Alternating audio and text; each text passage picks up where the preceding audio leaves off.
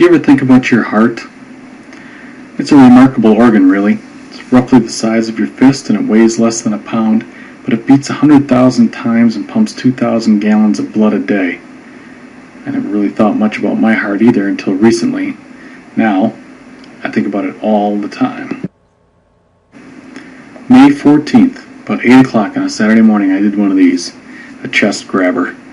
I felt the tightness in my chest and shortness of breath, and I went to tell my wife I wasn't feeling well, and she was like, "I want to call 911." And I said, no, let's not do that. But it didn't go away, and it didn't take long before I knew something was seriously wrong.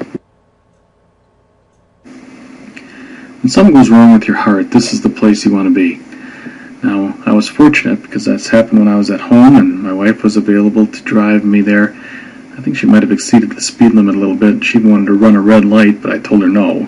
She's like, "Why not? You're having a heart attack." We made it there safe and sound. Good thing, too. By the time I got to the ER, I could barely breathe. And they hooked me up to some monitors, and they did some tests, and the ER doc came in and said, "I'm concerned that you might be having a heart attack." I'm like, "No kidding." Although my heart never actually stopped beating, the test showed that I had a serious problem in my circumflex artery. Turns out I had two problems, one 50% blocked and one completely blocked artery. My family has a history of heart disease, but I certainly never expected anything like this, at least not yet. It turns out I needed emergency angioplasty, and I needed it right away.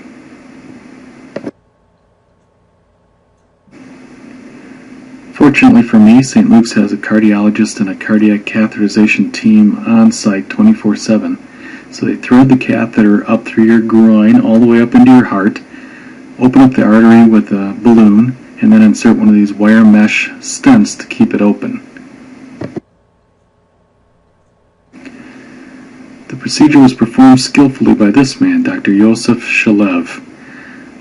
For him, it's probably another day at the office, a procedure he's done 1,000 times before, but to me, he literally saved my life, and it's really amazing for me to think that there are probably no other circumstances under which we would have ever met.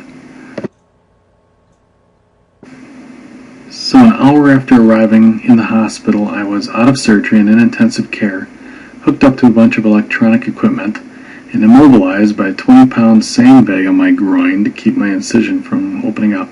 Uncomfortable? Yes, but I was very happy to still be alive.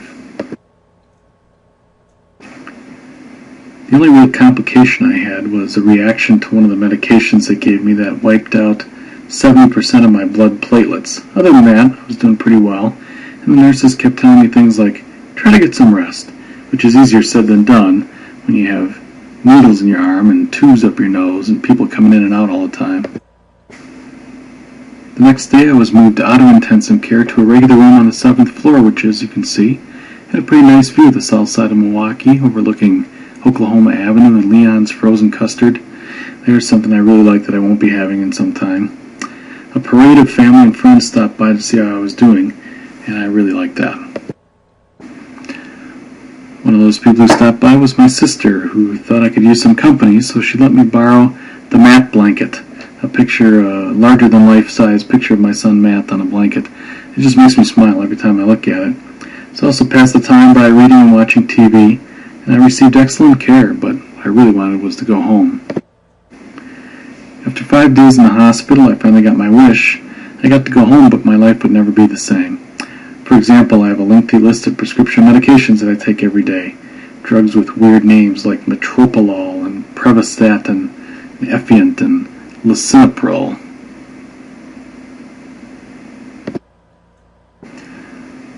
I also have to have my blood drawn regularly because 6 weeks post-op, my platelet count is still low. It's getting better, though. It's another reality of life after a heart attack. You know, I used to be afraid of needles, but I'm getting pretty good with them now after all these blood tests, and maybe I'll even get back to donating blood soon. I am paying a lot closer attention to what I eat these days and reading the food labels because my doctor says I need to be on a low-fat, low-sodium, which means low-taste, diet. I need to eat less red meat, more fish, more fruits and vegetables. You know, it's amazing how much bad stuff is in the food we eat when we're not really paying attention. I also have to go to cardiac rehabilitation therapy 3 times a week. Your heart's just like any other muscle in your body. If it's injured, it needs to be built back up before it can function like it used to, or even better. So I hook up to the monitors and I hop on the treadmill or the elliptical machine, all under the watchful eye of my rehab therapist. She keeps a very close eye on my blood pressure and my heart rate while I exercise.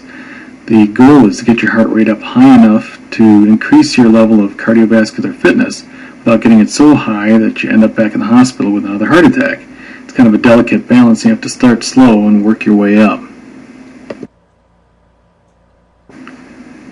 Exercise is going to have to be a part of my regular routine for the rest of my life, and so for Father's Day, my kids got me this really nifty heart rate monitor watch.